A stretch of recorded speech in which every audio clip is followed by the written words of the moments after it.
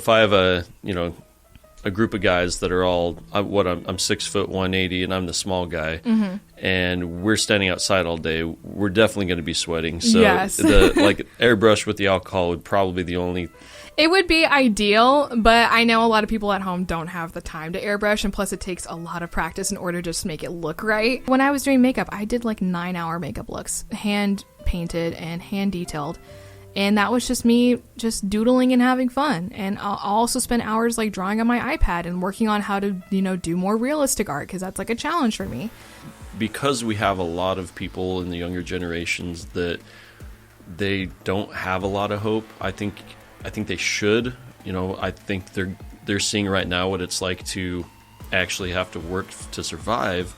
Like, what can you give them as far as words of advice on how do you stay so focused and positive? Warning, may contain scary makeup, zombie Jesus, private schools, theme parks, and/or peanuts. I am Woodstock. Pretty awesome that we get to have you on. I've heard a little bit about what you do, but for those of us who don't have hair and don't even put chapstick on, never even touched makeup really in my life other than letting my daughter paint my fingernails. Tell us a little bit about what exactly you do. Okay, I am a special effects makeup artist, which can range from so many different things. I specialize in haunted house makeup, so I do more of like the theme park kind of like airbrush caricature kind of stuff. But I also do prosthetics, and I also learned how to face paint. I was self-taught in that way. But special effects can be ranging from just like simple cuts and bruises to like fully like over-aging somebody or de-aging somebody. It's like all over the board. So there's different types of SFX, but I mainly stick with like the theme park kind of SFX. So SFX, special effects, but specifically with makeup. Yes. And we have some on the screen for people who are watching right now. Yeah. Are these all yours? Yes, these are all mine. That is amazing. A mixture of them I did on myself, and then a mixture I did on some scare actors during Fright Fest this year. And so you'll have companies that run, say, haunted houses. They'll reach out to you and say, hey, we want our zombie to look X way. And pretty much the way the theme park industry works is that everybody else has another connection to somebody else. So you find word of different places that needed jobs or SFX makeup artists. That's how I got into doing small indie films. I actually met some like small indie filmmakers at Six Flags, and they were like, hey, would you like to head our SFX department? So I did that for a few months, and we only did like 2 films, but everybody has connections in some way. So yeah, it's all my art right there.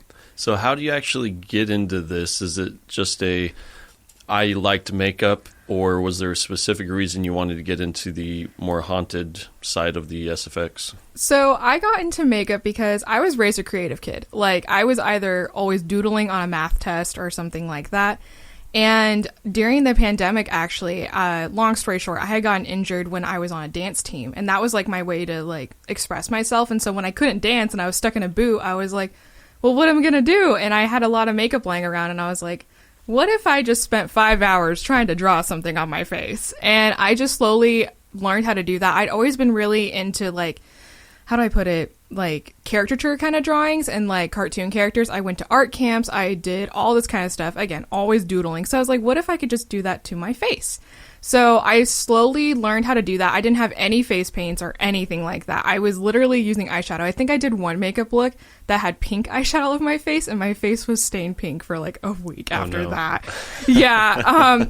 But then when I started expressing to my family, like, hey, this is kind of fun, and I can't really walk right now, so can I do makeup? And they were like, okay, we'll buy you a face paint palette. And I slowly started learning more, and I watched a lot of YouTube videos, so that was like another way for me to do it. But I'm a very visual learner, so I just was like, hey, that's cool, I want to try that. And I just slowly practiced that. And I originally got into working for Six Flags as a scare actor, and I was like, hey, there's makeup artists. That's something cool. I didn't know how to airbrush, which airbrush is kind of like spray paint for your face.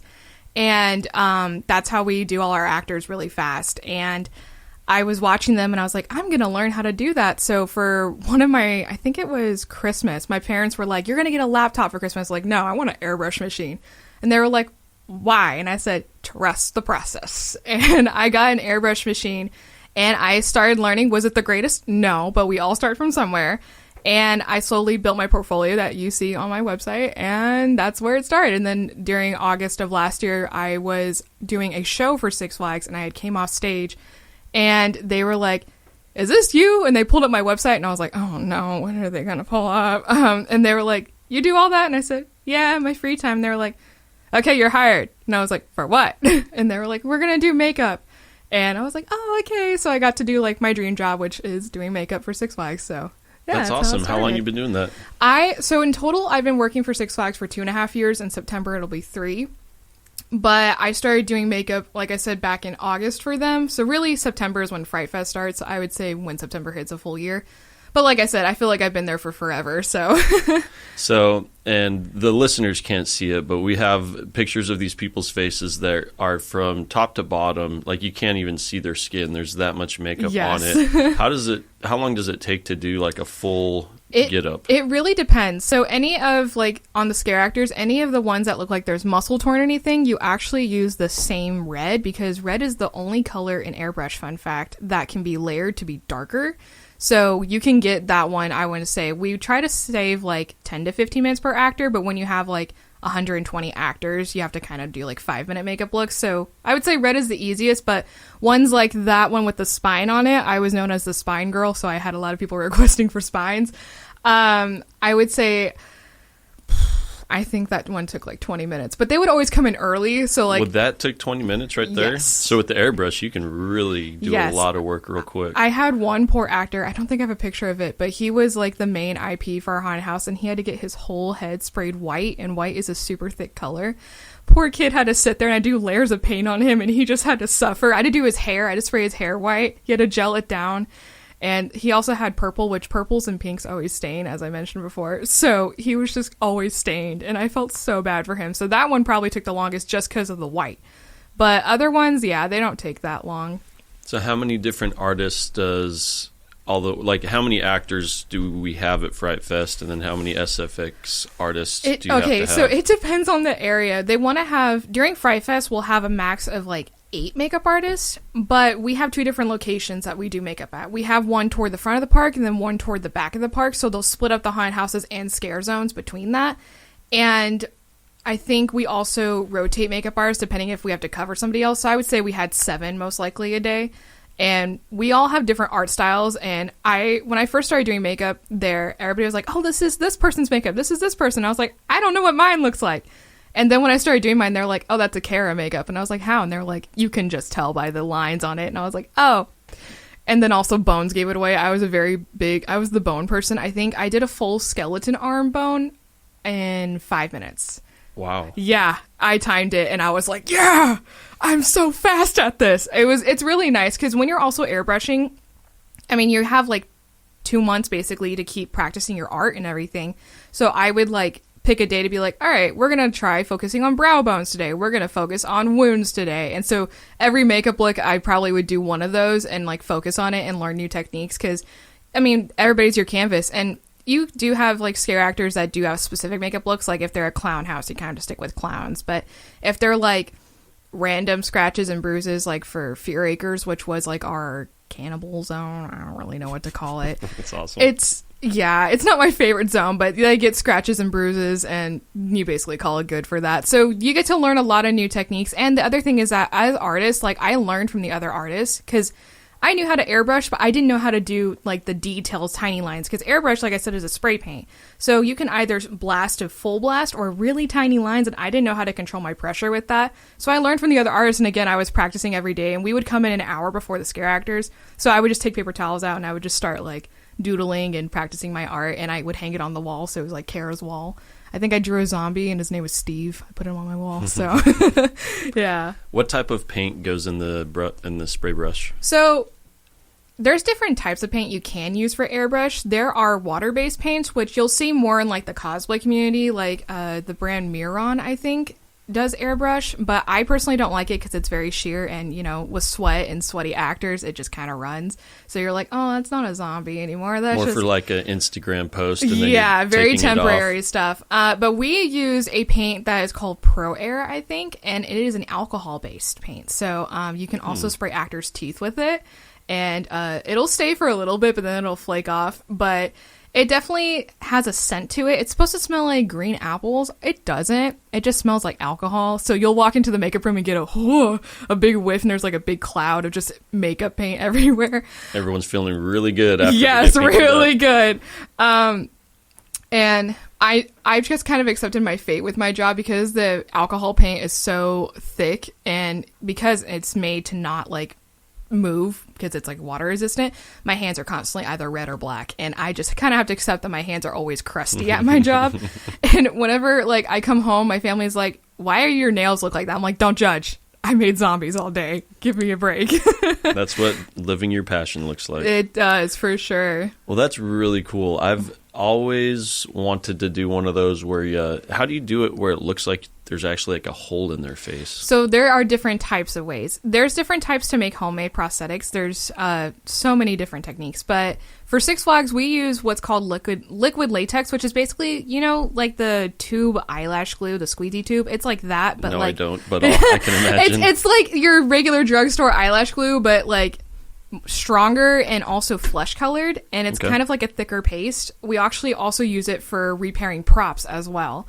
I just repaired a whole prop making skin for it using the same latex that we put on actors. But just fair warning, if you have a latex allergy, don't use liquid latex. Your skin will get very irritated and it hurts. But we basically use that, and you would just do a layer of it, and then you can just take your finger and just kind of pull it apart, and that's one way to make a hole. Or you can layer it kind of like paper mache. You'll do a layer of latex on the skin wherever, then put a paper towel on it, then layer another layer of latex, and then you can just cut it down and then open it up again.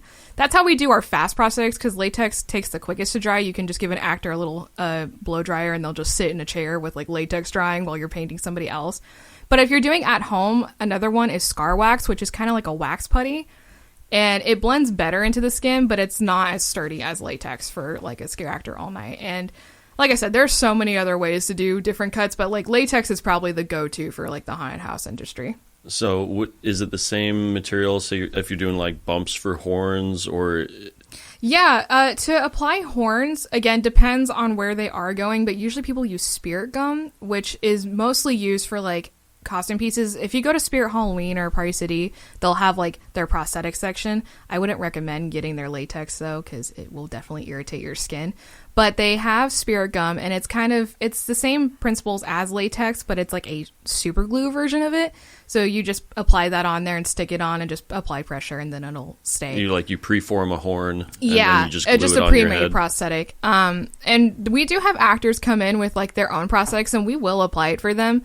But the thing with the haunted house industry versus like what you see in movies is that we don't have time to blend their prosthetics in. So that's what the airbrush is for. The airbrush is like our base skin. It will literally just put red on top of it, or maybe white, and then just keep going, because in like dark lighting, you're not going to see the edges of the prosthetic.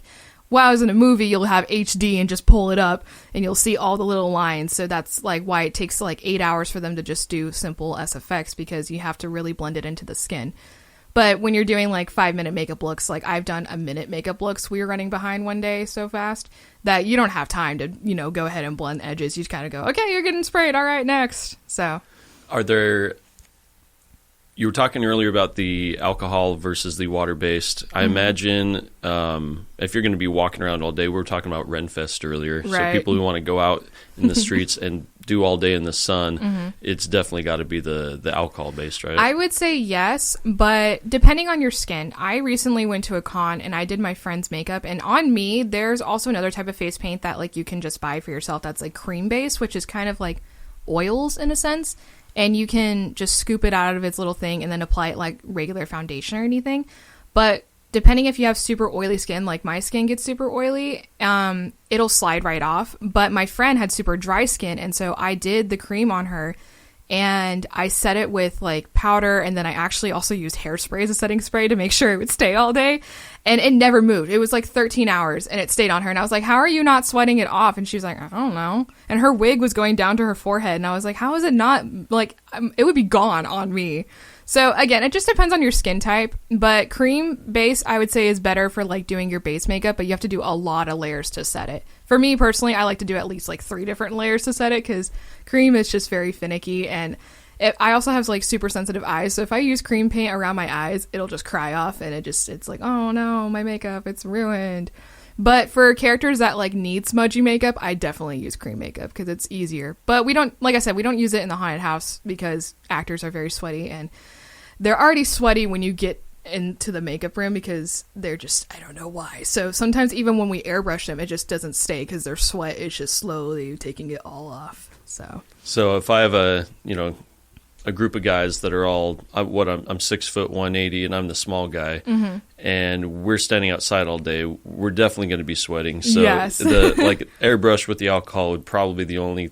It would be ideal, but I know a lot of people at home don't have the time to airbrush, and plus it takes a lot of practice in order to just make it look right. Can you airbrush on yourself? You can. When I airbrush on myself, I can do everything except anywhere near my eyes because it's like air blasting into your eyes, so I have to like have someone else do it. So there was one day my friend and I, we actually got thrown in to help one of the haunted houses. Recently, Six Flags had during spring break a thing called Scream Break, which at night they opened up a few of the haunted houses, and they were really low on actors, and they were like, hey, you were a scare actor before, can you go into the clown house? And I was like, okay. And my friend, who was also the other makeup artist, had never scared before, so I had to like train her on how to scare while we were in the house. And so I was like, okay, I'll do my base makeup, and then you're gonna have to spray my eyes because I can't do my eyes, but she also can't spray her eyes, so I had to do her makeup, but it was also her makeup that she did at the same time. So it's hard, but there are some makeup artists out there who can just do it and just not like, I don't know how they don't flinch. Because I, like, if I'm getting sprayed, I don't react. I'm used to it. I mean, when I was a scare actor, my character was a zombie, and they would do latex right here, and then all of my neck would be just exposed because it looks like my jaw was torn off. I was known as the no face or no smile lady, and so I didn't have to, like, actually do anything. I just got to stare at people. But anyways, so I'm used to, like, layers of airbrush and having to, like, sit there for a while. But if I do it on myself, I flinch all the time. I can do it on my arms. I can do it on my legs. Can't do it on my face. Don't know why.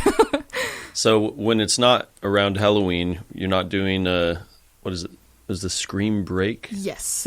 Oh, so it's not just Halloween. You have one coming up? Or no, it already passed. Yeah, March it 9th. happened recently, and then I don't know if they're doing this, but not this weekend, but I think a few weekends ahead, we also have a thing called Roller Coaster Rodeo. And it's for a weekend, and they'll open up some of the houses as well.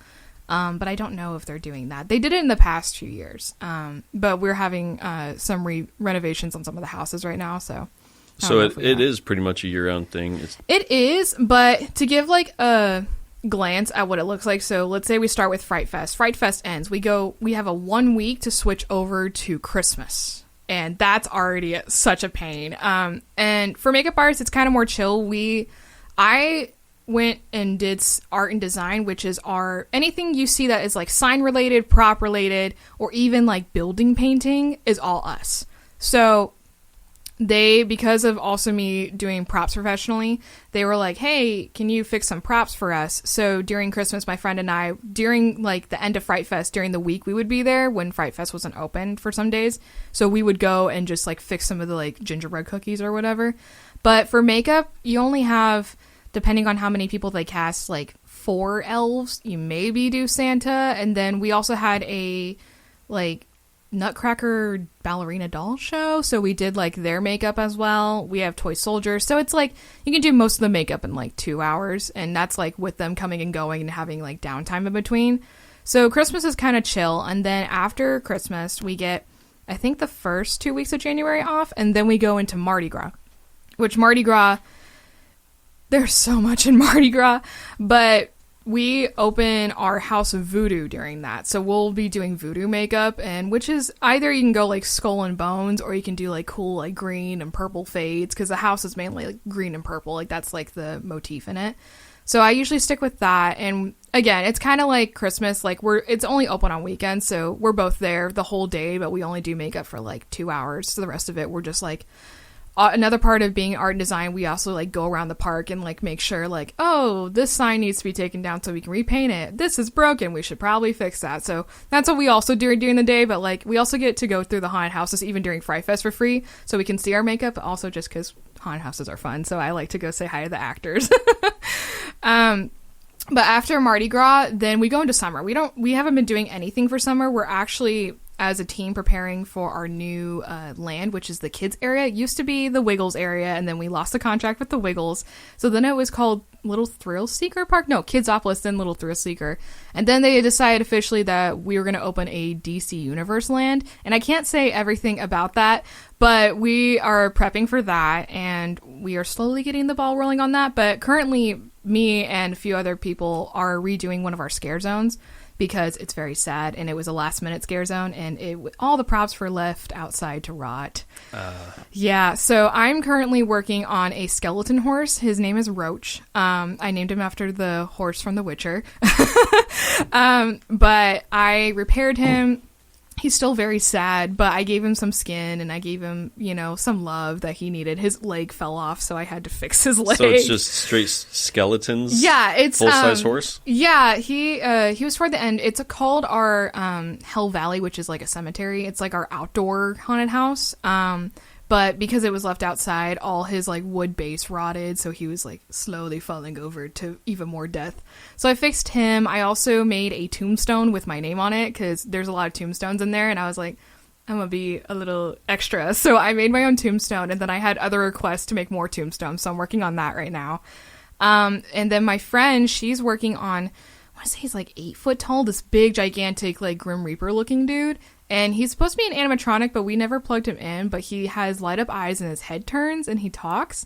So she's been repairing him, and she's actually painting him right now. So we're all doing different projects. We also recently redid some stuff for our water park, because our water park is also getting new slides. So they were like, we need some more decorations. So we went up there and hanged some new stuff and repainted some stuff. So we're constantly doing stuff, but we're also, Fright Fest is our biggest season, because Six Flags Fiesta Texas, I think, is number 3 on the list of all the Six Flagses. So we're one of the top parks, so we always get like the newest things in.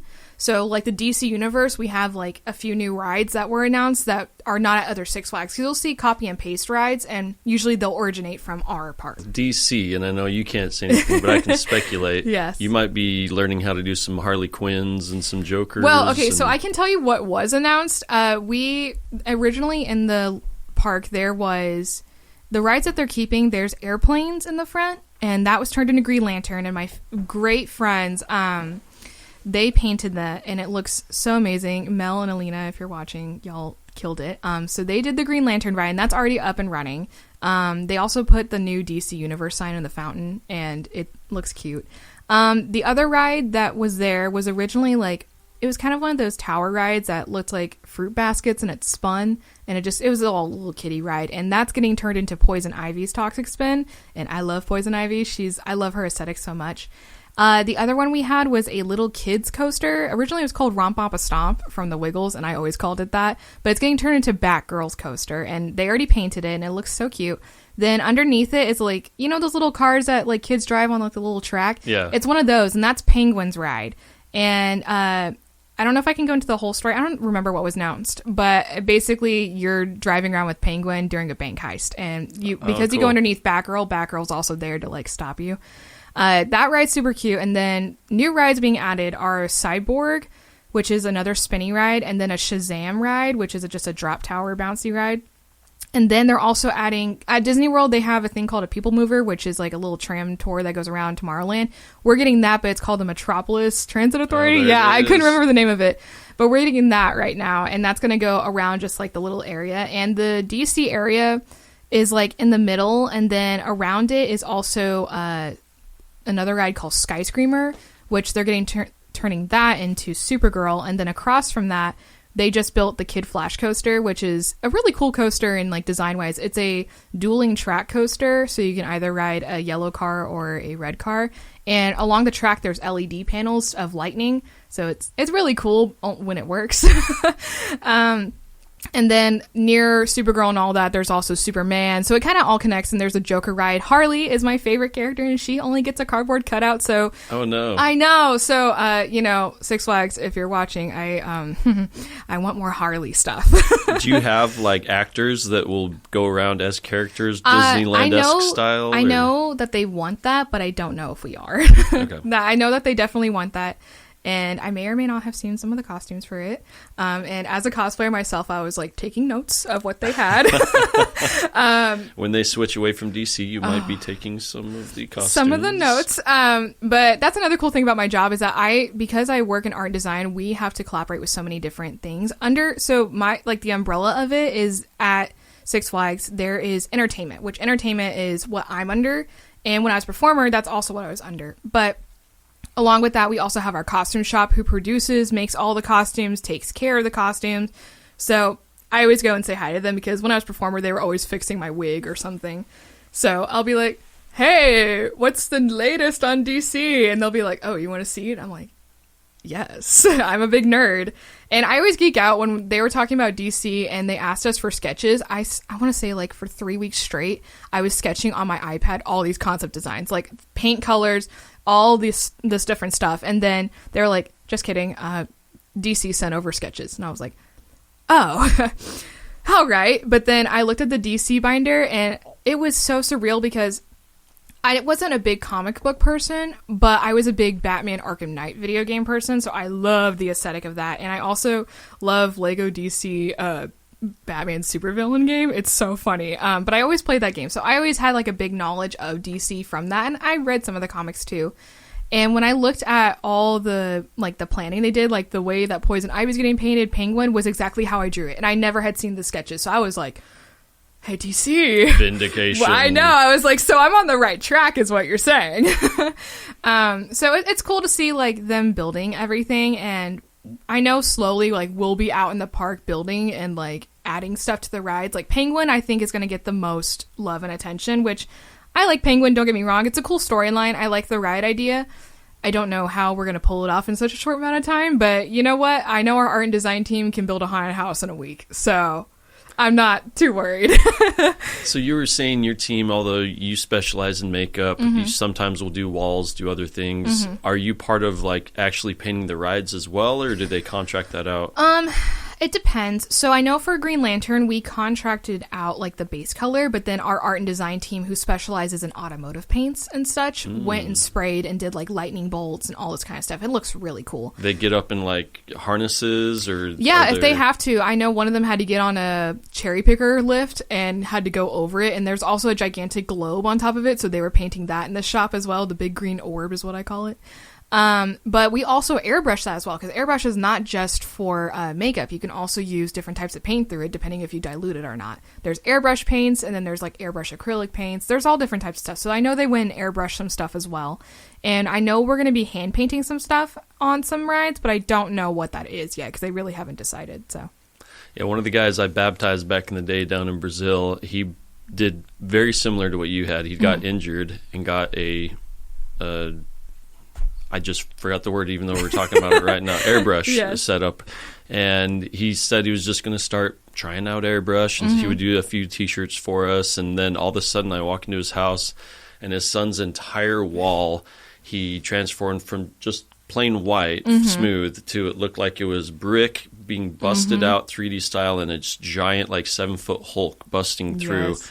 And that was in a matter of like a couple months that he went from having never done it before in his life to a full-size mural that was incredibly impressive. I really want to try airbrush. I actually have one in my garage. It came with like an air compressor set. It's super easy to understand. You just have to know how to clean it. Cleaning it is the biggest pain. Is there a big variation in quality of nozzles? Or? Yeah, so the brand we use at Six Flags is called iaW, and they have different versions. There's an Eclipse, which is like the fancy version, and then there's I don't remember the name of it. There's also a Neo, which is like an Eclipse, and another one that is mixed together, and I like that one, but iaWs have really good pressure control, so you can like barely tap it and it'll give you a little bit of paint, or you can really pull back the trigger and it'll give you a lot. But when I'm a cosplayer balling on a budget, I may or may not have bought a $15 airbrush on Amazon, and iaWs are like $60 to $70, so like big comparison. And even though my little airbrush is dying a slow and painful death, she still works. But my biggest thing is like when I tell cosplayers like at panels and stuff, like, how can I like paint my props like you? I'm like, get an airbrush. It's so fun to learn just on your own. There's so many different shading techniques, and it really works. Like, it makes your prop come to life. Because, like, the biggest thing, like, even with makeup, like, if you're looking at a shadow and you see the shadow in real life, you have to emphasize that shadow. Because, like, scare actors, especially, like, cheekbones, when they're in the dark, if you don't accentuate anything, they're just going to look like a blob. And so if you want to really accentuate that, you have to go above. Like, when we did scare actor brows, I would go, like, through their brow and make, like, a curve, and then I would draw another brow on top that was angrier. So during the dark lighting, it would look like they were, like, actually, like, really angry. Or if they're, like, a monster, it would, like, accentuate that. My art style is very curvy, so, like, that's how you can tell it was mine. But yeah, airbrush is really cool with shading, and it's also good for just, like, base coating things or, like, fixing small things. Like, I was doing a prop for a cosplay contest, and I was like, oh, I messed up my paint job. Airbrush. And I just, like, went over it, and you can never tell. So I think it's super cool. You just have to really learn how to clean it, and airbrushes come apart, and it's hard to explain without an actual one, but they basically have a cap on the end that you can just unscrew, and then inside is, like, the needle and, like, what holds the needle. So you have to take all that out, and we use alcohol to, like, scrub it, and you can use Q-tips, but the fibers of the Q-tips sometimes get stuck in there. So you have to, like, either use, like, a brush, or they come with, like, cleaning tools. And we just soak them in alcohol during the Fright Fest season, but every day we would come in and take it completely apart and fix anything. There's also, I mean, things can go wrong in your airbrush. Your needle can get bent, which your airbrush spray will go down or, like, sideways, or you won't have any. So paint is just a really big pain. And like I said earlier, white paint clogs your gun. I would be doing... the character I would spray is Mr. Tangles from our Twisted Haunted House, which I actually mostly designed and painted. Well, I didn't design it, but I was in there, like, all the time by myself painting. I thought there was a ghost in there. Anyways, so I would paint him, and my brush would always get clogged after him because the white paint was so thick. And there's nothing... You have to, like, close all the airbrush paints, but for some reason the white paint was just chunky all the time. And so you have to constantly dilute it with alcohol, and it just... Yeah, so you have to really clean your airbrush paints, and after you use them, you have to immediately clean them out or spray them out with alcohol. Like, the one I have at home, I use airbrush paints, and airbrush paint acrylics are, like, stretchy, so they, like, easily get clogged and easily ball up, so I constantly have to take it apart, and I kind of need to do it again when I get home, but I basically just take it apart, and I don't have alcohol with me currently, but I have airbrush cleaner that's made for acrylic paints, so it's basically the same thing. And it just kind of dilutes it. So you just have to really take care of your airbrushes and really make sure they're going to work. Otherwise, it's not going to be friendly to you, and you're going to have a lot of problems. My 10-year-old, she is a very talented little artist. She's budding. She loves ombre now that she's learned how to do it. Every painting she does has ombre. And I could see her being really into doing airbrush, but I don't think a 10-year-old can actually care for the little pieces every single time. 100%. And she'd probably use it once, love it, and then it would stop working, and it would just sit there. Like, how old do you think you need to be before you can actually legit do airbrush? So I started doing makeup when I was, like, 16, I want to say, and my dad actually got me my first airbrush, but it didn't have a compressor. It was a portable one, and it was made for, like, doing, like, foundation, like, very, like... I think it was like a Korean beauty tool, I think. But I learned with that, I didn't really use it a lot because... What would charge it? Like battery powered? Yeah, it was battery powered. So you just plug a little cord into it. And it had like a little mini pump? Mm-hmm. Oh, that's cool. Yeah, did it work all right? It worked all right, but I couldn't really say if it did work or not. The only thing I remember is it being really heavy because you're carrying this big block of an airbrush around, and so my arm would constantly cramp. But the paints I used were not, like, airbrush friendly, so it just would not work. So I can't really say if it did work or not, but I do remember the airbrush, like, quality being super nice. So, yeah, I would say that. But if you're wanting to get an airbrush, I would say get an iaW. It'll save you a lot of time. I know Hobby Lobby carries them, but Michaels does not. As an ex-Michaels employee, we don't have airbrushes. And that'd be like, you said around $60, and that's just for the airbrush piece. And then you just need a hose and an air compressor. The hose usually comes with the air compressor. I don't know if... I know iaW makes different ones that are longer, but they usually come with the air compressor. Just a standard pneumatic hookup? Yeah, for sure. It screws on and screws off. See, now we're talking my language. Yes. That is my... Oh, there we go. Airbrush kit, auto handheld airbrush. So is that the iaW, or is that just No, a generic iaW, one? I don't know if it is sold on Amazon, but it should say iaW on it. Yeah, that is one of the ones we use. iaW Medea Eclipse, $170. Yeah, Nice. they're super expensive, but a lot of people use them. It's actually what they also use in the film industry. So They're super cool. And iaW has an Instagram, and if you just look at all the art that they repost with airbrushes, I don't know how some of those people do it, but they do. I would imagine you could get a group of people that want to do, whether it's just like a themed party or if they're going to like a festival or Renfest or anything. Has anyone ever reached out to you to come do a whole group? I've had a few people, I think it was during October, Big Texas Comic-Con was happening, and I had a lady ask me to do like a version of like a Sith Darth Maul look on her. But it was during Fright Fest, and I had to be there super early in the morning, and I was like, I am so sorry, I can't do it on you. But again, we all have connections to different people, so I was like, hey, try this person would probably help you. But I've had a few people reach out, and like I said, I did my friend's makeup. If you're a roommate with me during a convention, you'll probably get your makeup done by me at some point. But I've had people reach out to me, but I've also just had a lot of people ask me how to do basic techniques. And I actually got my makeup certification a year ago, actually. So I'm certified in the state of Texas, which basically means like you can be a makeup artist without your license, but basically means that you are allowed to touch human skin with your bare hands. That's basically what the certification means.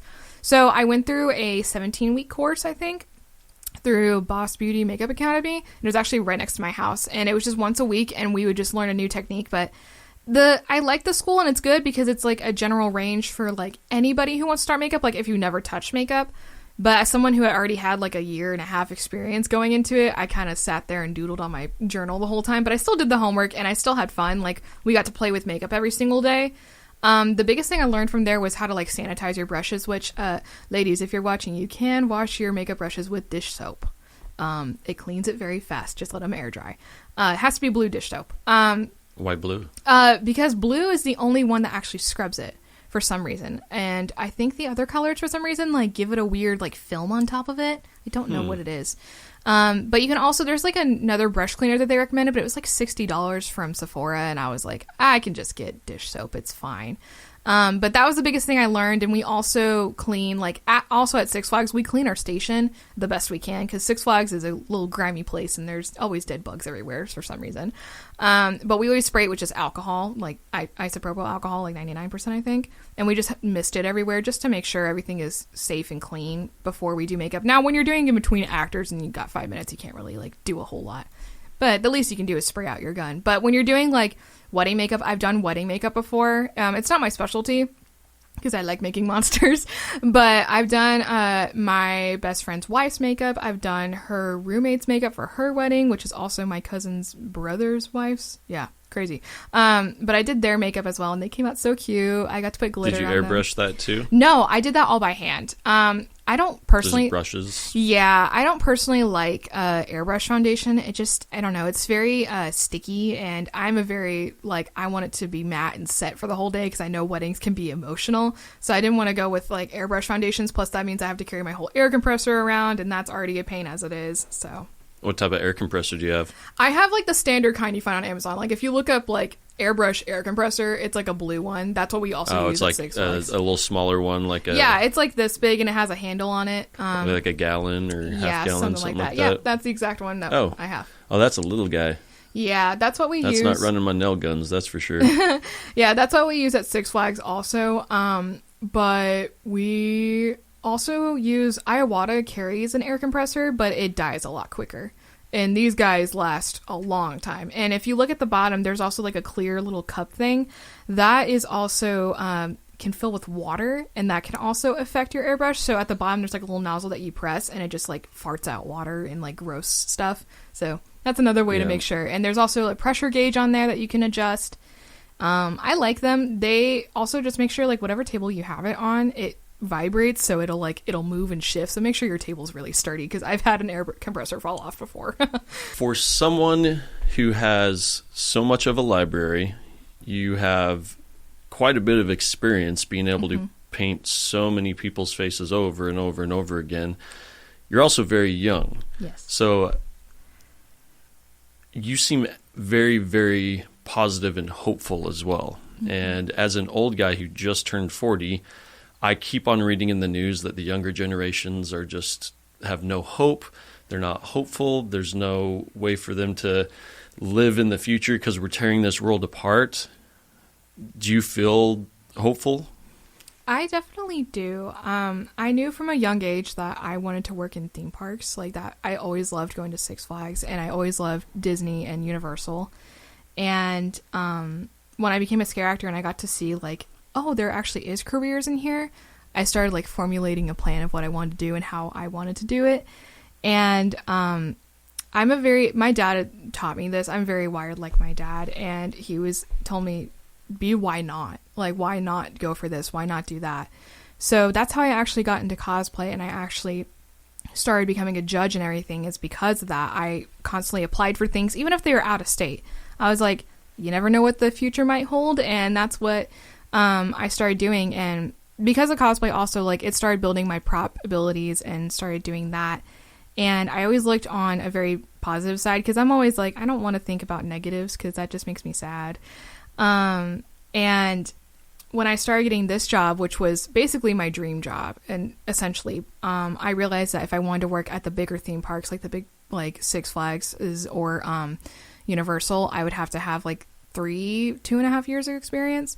So that's why I'm constantly like trying to learn new things and also teach myself new things. So like I'll be painting and building a prop for a day. I'll go home and continue painting and building new props for me. So I'm always constantly learning. And I think the thing with like our generation is that because like hiring a job is just so hard right now. And it's not just because like people don't want to, it's just like places just say they're hiring, but they're really not, or they just don't want to for some reason. And I'm very fortunate to have the job that I have. But I think it's just that mentality of like keep getting rejected. And I don't mind rejection as much. I personally am like, okay, that's like one no, but there'll probably be another yes somewhere else. And I'm not going to focus on that. Like I've been rejected from guesting at multiple different cons. Okay, that's probably due to because I'm only like cosplaying for like 2.5 years and probably not 10. But that's another thing is like just having to learn how to formulate your words. And I was really thankful because when I was on dance team, I was an officer and I had to learn how to do public speaking and how to be professional. So I had that under my belt, basically like a media kit pre-built into me. So when I email and stuff, I'm always like, thank you to my dance director who taught me this. But that's like another thing is like just learning how to be very professional in that sense. Because in the entertainment industry is what it is. It's very word by mouth, like I've been saying. And it's not like your normal job. Like you can apply for it with a portfolio, but if you know somebody who already has that job in there, you're more likely to get that job. If you don't know anybody, it's a little bit harder. So that's why when I knew I wanted to do art and design. I knew I wanted to do SFX for theme parks. That's why I went into scare acting, because I knew if I knew everybody already and I knew what they did and how I know, like what I need to do to be where they're at, by just observing and talking to them, that's how I formulated my plan. So after scare acting, I went into performing and doing shows because I had my dance background. And so when I did shows and everything, I also learned like how to be a mascot and how to like escort mascots. And I also like got to be more friendly with like the leadership and stuff like that. So it's not like a strategy of like, wahaha. It's more of like, I'm learning as a person who's never been in the Six Flags industry or the theme park industry what it takes. And our Six Flags is one of the ones that are more known for like their shows and their musicality, because originally to give a little history, it was owned by Opryland, and it was a music-based park. My dad actually was an opening day guitarist there. Really? Yeah. Very cool. So, I've always been going to Six Flags, and so my dad, it's a fun fact, he's actually in a picture in our park president's office, and my dad came to the park one day, and the park president went, "You look familiar," and my dad was like, "How?" And he was like, "I have a picture of you in my office," and then the park president took my dad behind the scenes and showed him. That's so cool. Yeah, so... like I said, I've always been wanting to do this industry, and my cousins on my dad's side also like had been light designers for companies that worked for Six Flags or were ride operators there. So like I already had a foot in the door of just like what it was. And like I said, I grew up at this park, so I already kind of knew it from the back of my hand. So being a scare actor was really cool. And I was also, as a kid, really terrified of Fright Fest. I would not go near mascots. I would not go near Fright Fest. I would run the opposite way. So it was kind of like a full circle moment to be like, "Hey mom, I'm a zombie now." And she was like, "Why are you doing that?" And I was like, "Money." Well, it's very rare that you have someone have a dream at a young age, follow through with that dream and actually be in it and enjoy it, and in your case, excel in it. Thank you. So because we have a lot of people in the younger generations that they don't have a lot of hope, I think they should. I think they're seeing right now what it's like to actually have to work to survive. Like, what can you give them as far as words of advice on how do you stay so focused and positive? To not get overwhelmed by it. I would get in my head a lot, and this kind of just ties in, like, when I first started cosplaying and doing SFX. When I started doing SFX, I wanted to, like, go viral on social media. So I started putting my self-worth into views and whatever, but those are just computer algorithms.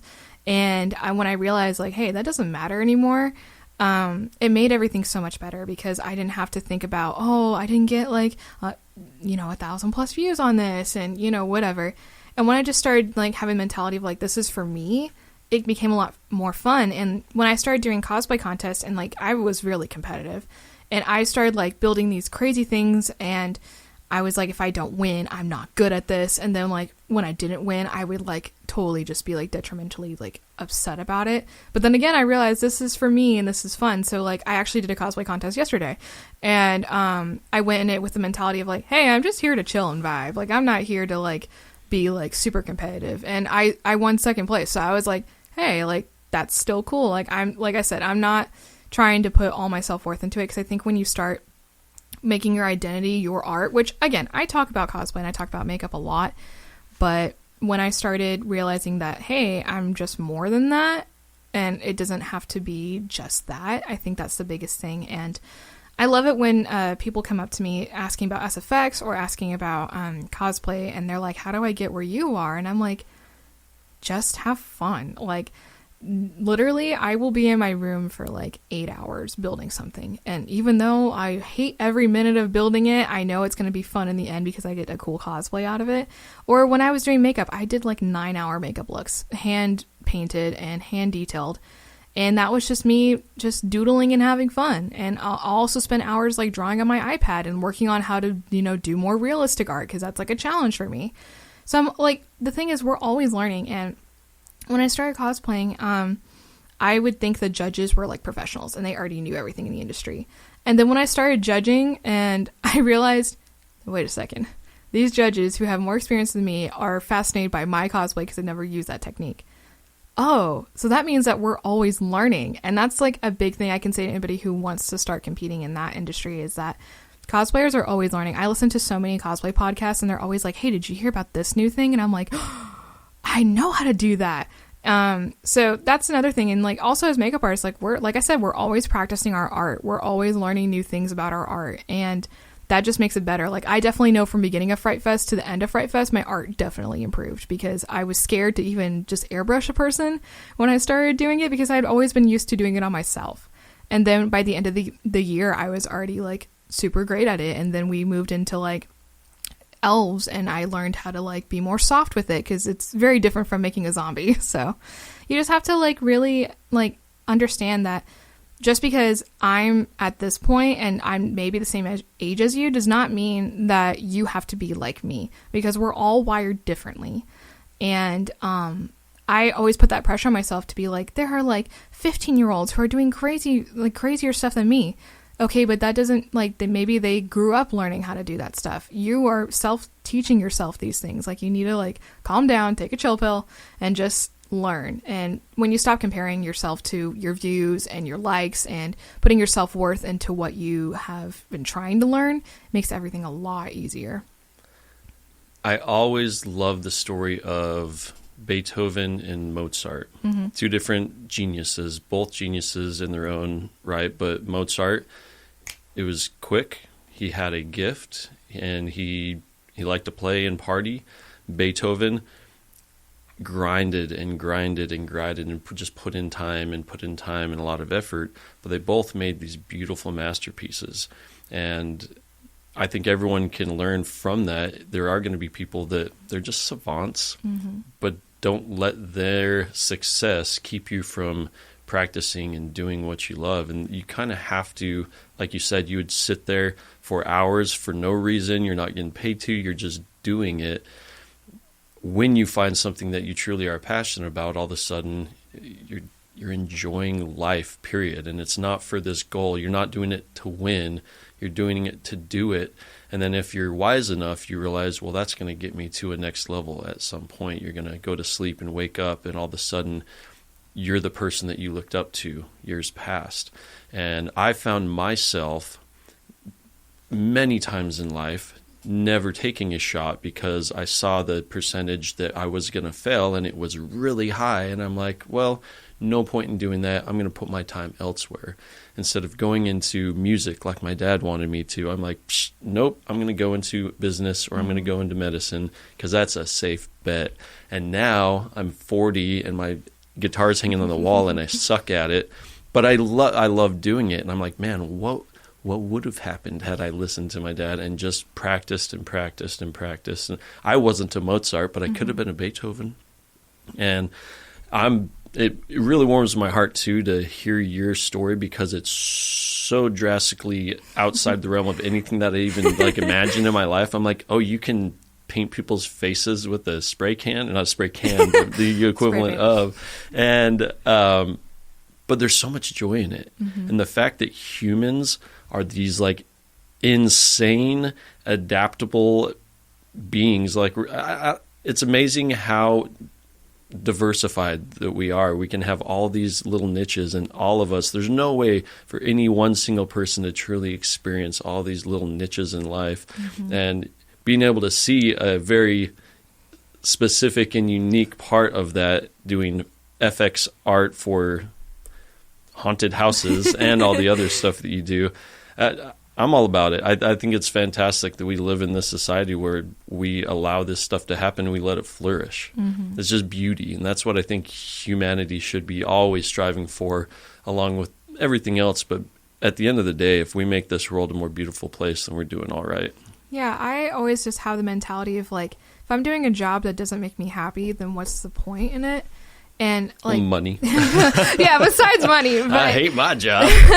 But I would be doing basic 16-year-old jobs, like retail. I worked at a shoe store. I also worked at a craft store, and I would be miserable there. But then my second job was Six Flags at the time, so I would go to Six Flags and be like, oh, it's sunshine and rainbows, because this is what I want to do. So after I quit those jobs and I made Six Flags my full-time thing, I was like, even though sometimes I have really rough days where I just want to quit on the spot, we all have those days.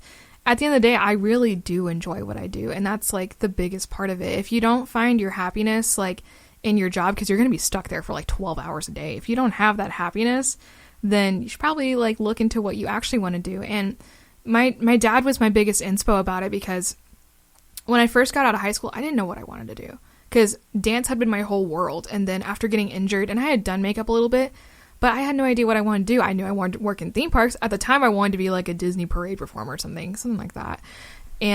But using your dance to perform? Using my dance to get in there. But out of the bat, my mom was like, you're going to college. And I was like, okay, that's just kind of the guaranteed thing. So my mom signed me up for a few random classes and not know what I was doing. And I did college for about a year. I want to say I did a full 2 semesters. And then I found out about the makeup school.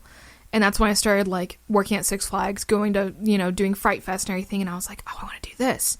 And so it came for spring. My mom was like, okay, you need to enroll. And I said, I'm not doing that. And she was like, you're what now? And I explained, I was like, I want to do makeup and this is what I want to do. And like I said, my dad's been my biggest inspo, but my mom was very black and white with it. She works at a credit union. So it's very you have to be in a corporate office. This is what you want to do. And she knew I was an artsy kid.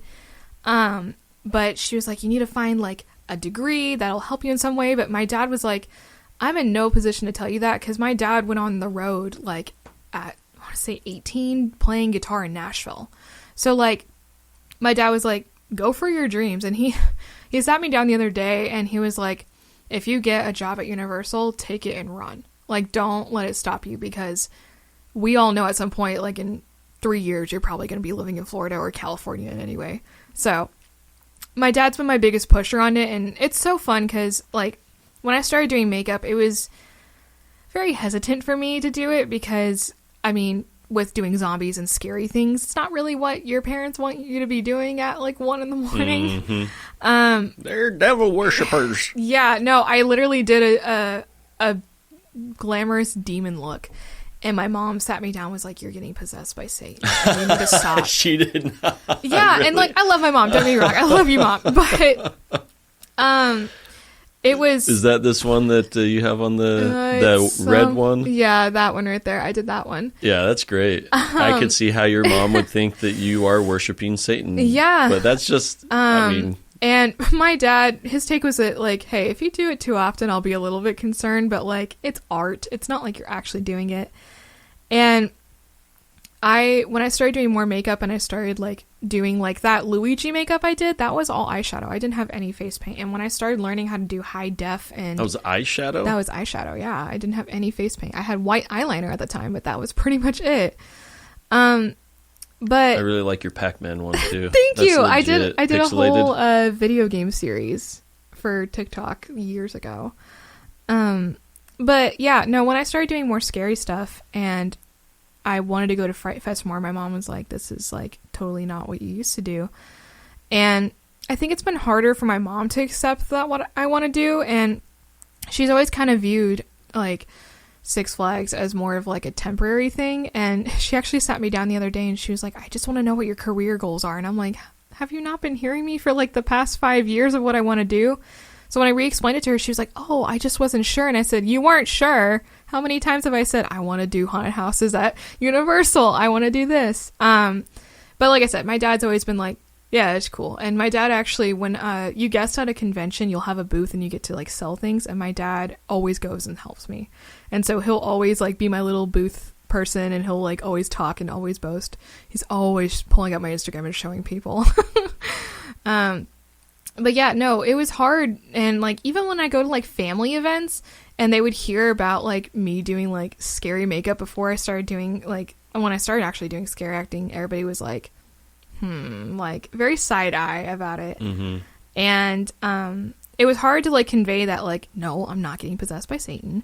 And this is a cool career path that a lot of people think about, because you don't think about like when you watch a movie, like, oh, the SFX that goes behind it. You don't think about the people behind the scenes. But when you start realizing how much SFX impacts like all of our media and what you see, that's when you go, oh, that's a whole career field. I actually had to do, when I was in college, we had to do a career day presentation. And I did a presentation about SFX. And I had one person keep going, that's not a real job.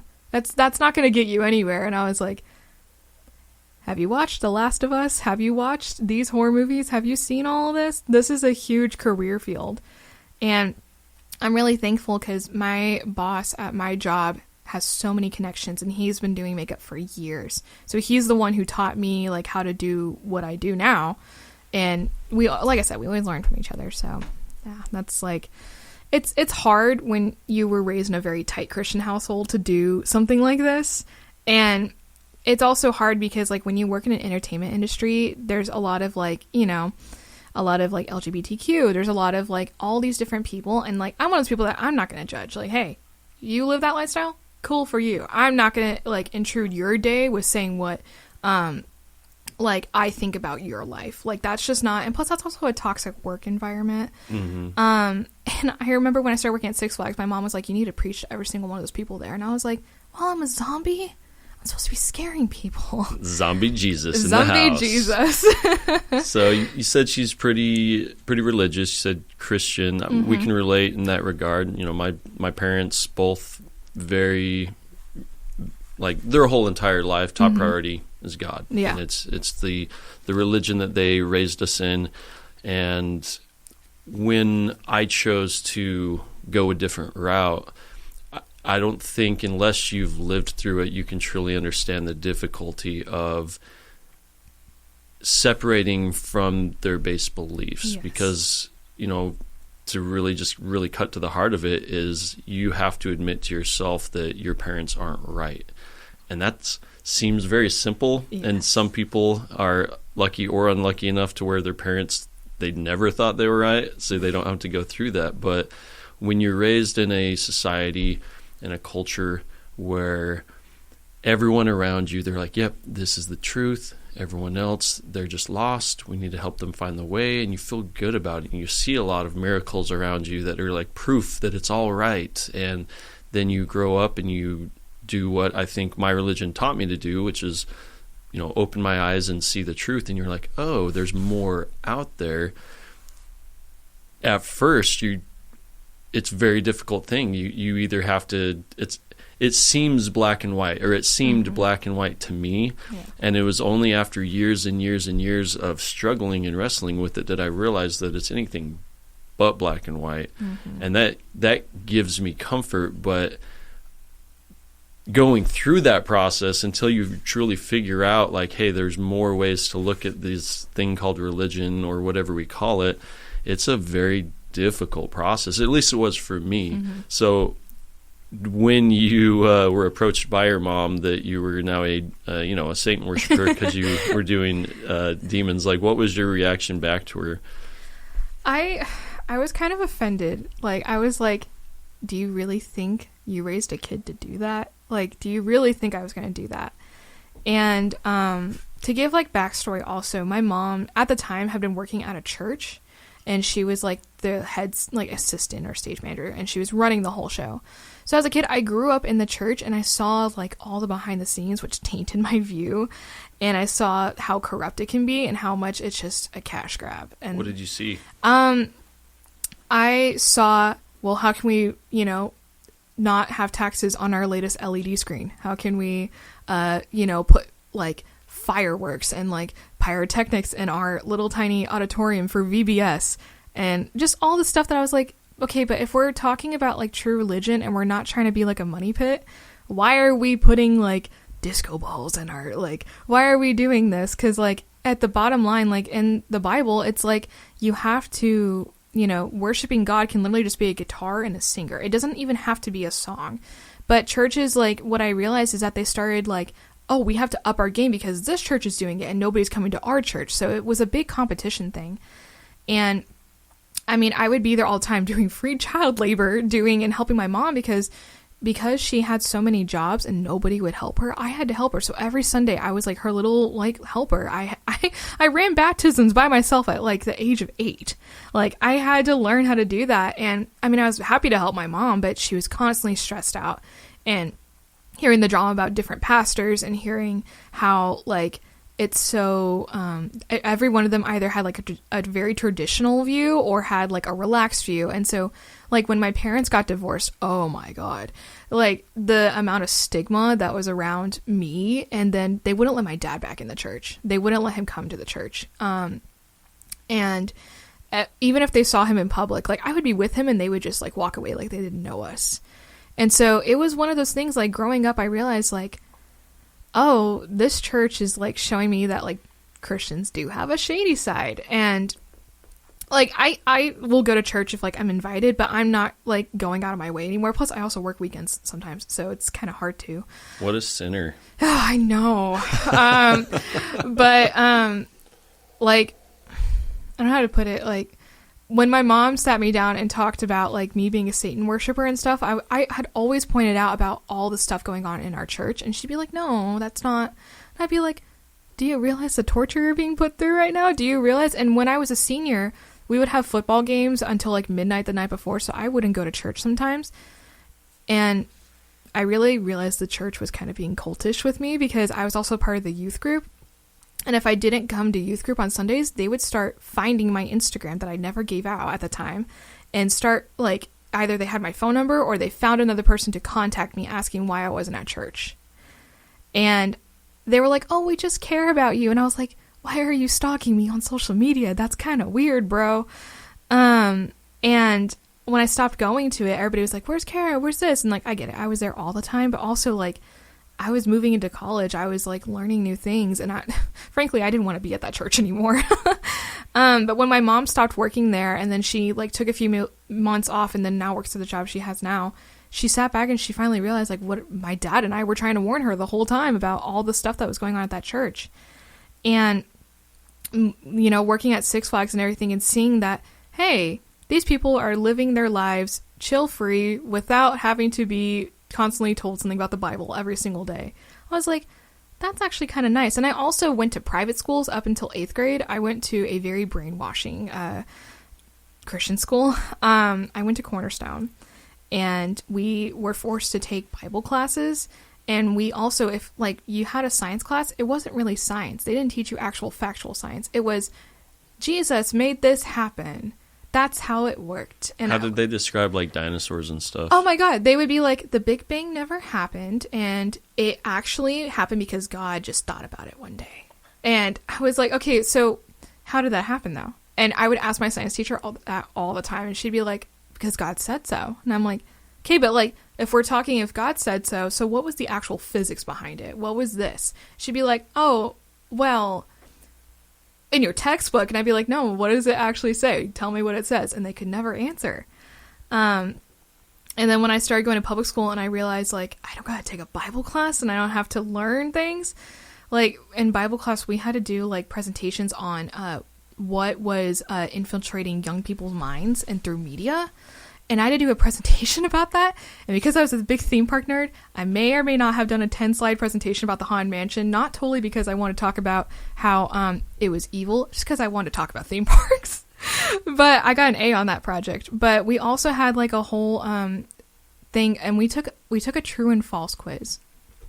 And I remember it specifically because in the Bible it says that being, gay and being a part of that is a sin. But if you repent for your sins, you can go to heaven, right? We took a true and false quiz, and one of the questions was gay people can't go to heaven. And we were all like, well, that's false, because if you repent for it, you can't go to heaven. And my Bible teacher, Liz, stood up, and we all got the question wrong. And she was like, gay people are banned from heaven, and they can never enter heaven. She literally said that? Yes, I'm not even kidding. That's pretty Christian of her. Yeah. And then another not thing. What Jesus taught. Also, to emphasize the brainwashing in that, we had a whole section on pro-choice or pro-life. And we had to do a debate about it. It was one of our midterms, I remember. And I got stuck with pro-choice, and she wouldn't give us any information about it. You only got information about pro-life, and it was rigged, basically. So if you didn't win your debate, you failed. So I obviously failed because we couldn't research anything either. If you tried using the school computers, it would block everything about it.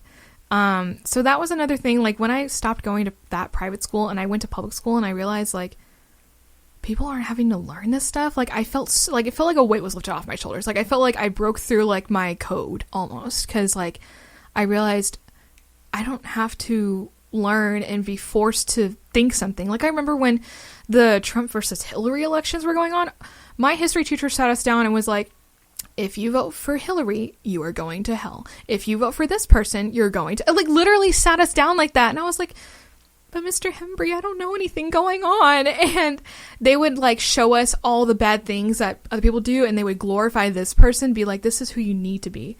And because that school was a very big mega church also, everybody was going to that church. And because I didn't go to that church, I didn't know what was happening at the time. So they'd be like, oh, you don't go to our church? Looks real shady on your end. And I'd be like, well, I'm being a little 8-year-old stage manager for a church right now. I'm trying the best I can.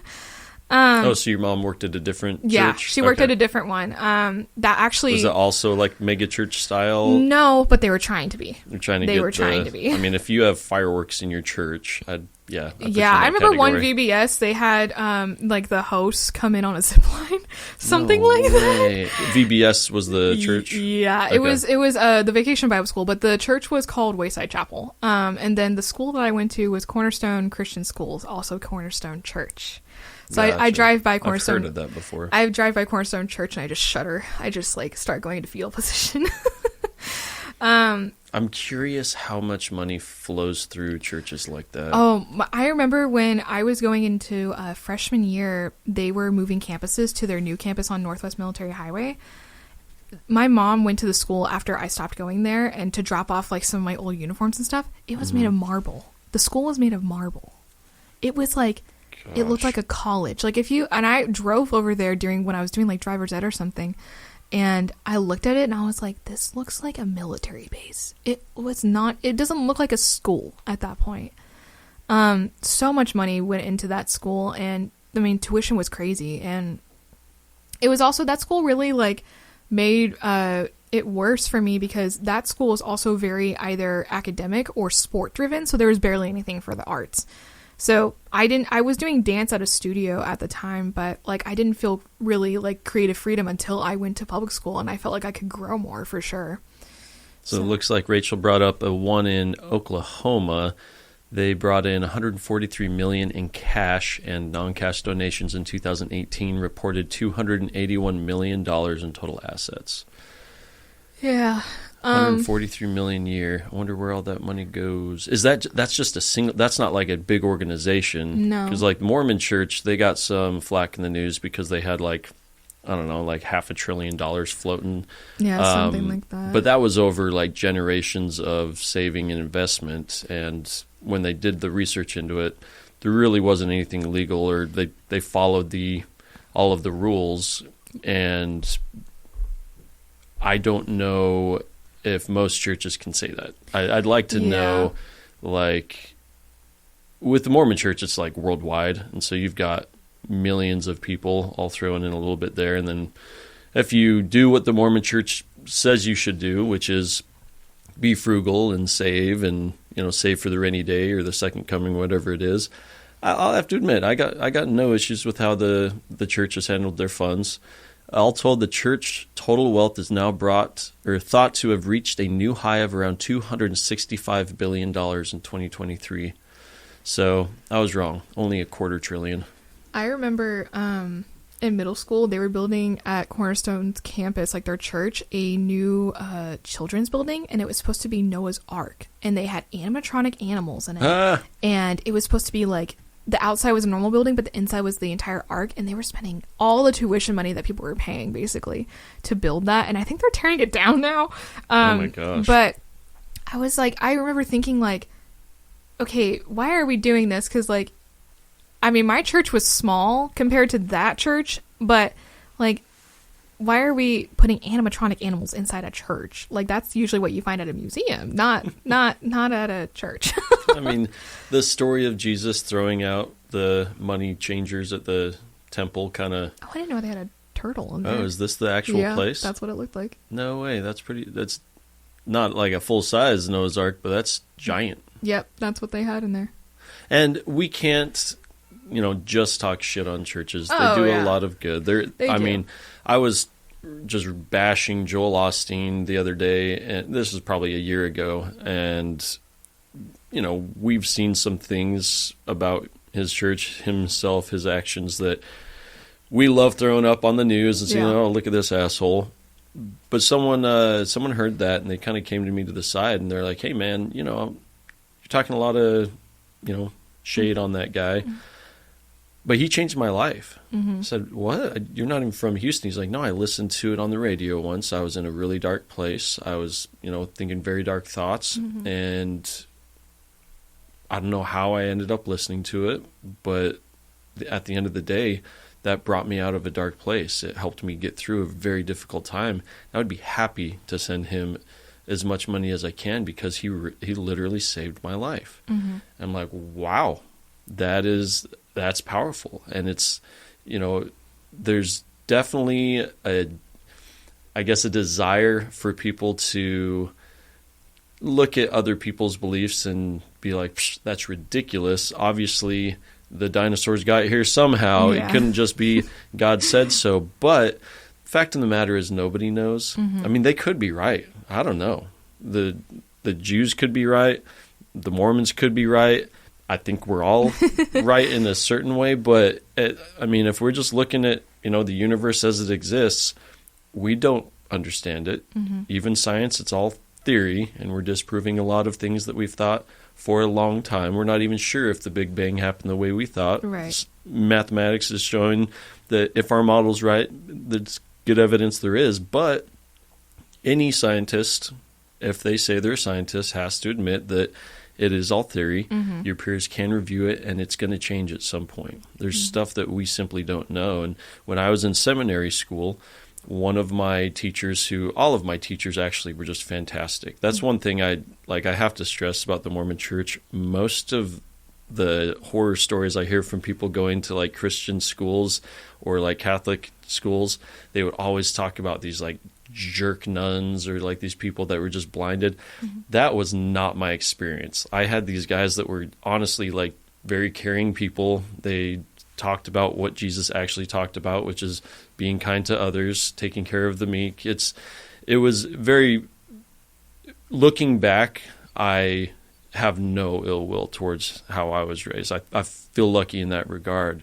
But back to it, I was sitting in seminary class one time, and he said, we as mortal beings cannot understand eternal things. God has this eternal ability to see everything, right? And, you know, in that mindset, and not everyone agrees that God is a single entity, but that could be translated into, hey, as humans, we are growing in our mental capacities over generations and generations, and we are slowly starting to realize that God, whether that be a man up in the clouds or just the universe's energy or whatever it is, we are slowly, you know, eating that fruit in the Garden of Eden, the knowledge of good and evil. And it's like the reason why I think the youth thinks that everything's going to shit is because we have more knowledge. We see all the things around us. Yep. And if you subscribe to like Stoicism, one of their big things is the first step to living is admitting that life is suffering. That's just the baseline. Get over it. We're all adults now. It's going to suck. All right. Now that you know it's going to suck, what are we going to do with our time here? And I don't like, I think it's fun to disparage religion because there's a lot of ridiculous bullshit that people do. Oh my I mean, gosh. but at the same time, I've seen so many miracles across so many different faiths, and you can't deny that. And I say miracle, it's like something happened that we don't understand, but it was for the greater good.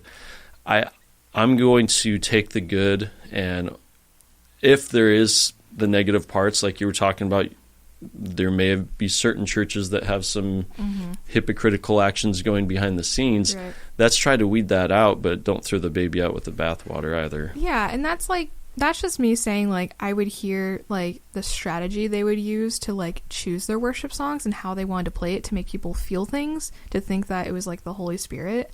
I would hear stuff like that, but that's not to say, like, there was good in that church. Like, don't get me wrong. There was definitely stuff that, like, did happen, like, when our car died after my parents' divorce, somebody anonymously donated a car to us. Like, stuff like that happened. So there was good, and there was, like, stuff that I definitely, like, felt the church was doing right. But, again, it was mainly just with, like, the production part of it and just hearing, like, how they would strategize things. And when I actually went to a summer camp, and it was worship night, and it was just a guy with a guitar, and we were just looking over the lake and hearing it, I was like, that was when it clicked for me, like, we don't have to have LED screens. We don't have to have all of this stuff that churches were using. It can literally just be this, and you can feel so much more connected. And that's not to say, like, people still do feel connections with worship songs, but I feel like it's so monetized now, and I feel like it's so just mass-produced. Because, like, if you listen to, like, the 3 different, like, worship songs, they'll all sound the same in some way. And when I went to church and I would be listening on, like, the intercoms, like, walking through with, like, my mom's files, and I would hear them playing the songs, I'd be like, oh, why does this one sound like that? And why does this speech sound the same? And I mean, like, the church did teach me a lot of things, don't get me wrong. Like, I still hold some moral values that it did teach me, but I do think that just in today's society, it's a very big competition with a lot of churches and trying to compete on their numbers. Because I remember it was always talking about expanding, always opening up a new campus, always doing this to beat this church, and we have to be better, you know? And at the end of the day, it's like, when you are literally just wanting to just have peace on a weekend and just wanting to worship, I don't think that being a competition and trying to force your audience to, you know, feel things is the best way to go about it.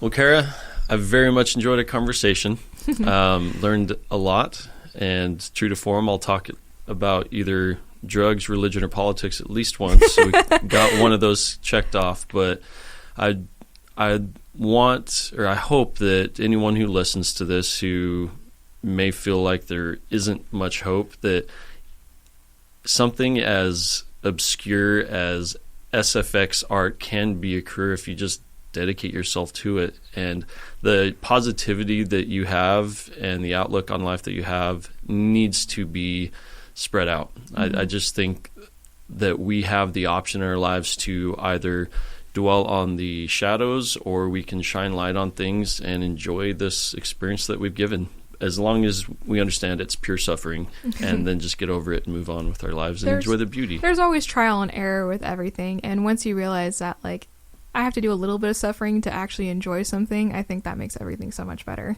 Well, thank you so much for your time, and I'm definitely going to be picking your brain after we get off the mic, because I want some tips on some face paint. Of course. All right, thanks. Yeah. You can find me at Chief Glitz and Glam. That's like Chief like the sports .glitz and .glam. You can find me on Instagram, TikTok, and I also have started my YouTube channel. And if you go to my Instagram, I have a link tree to all of my other things, like my website and such. So, and I also have a Patreon too. So if you want to, fund some of my future projects that I have planned, you can totally do that as well. Awesome. Check it out, everybody.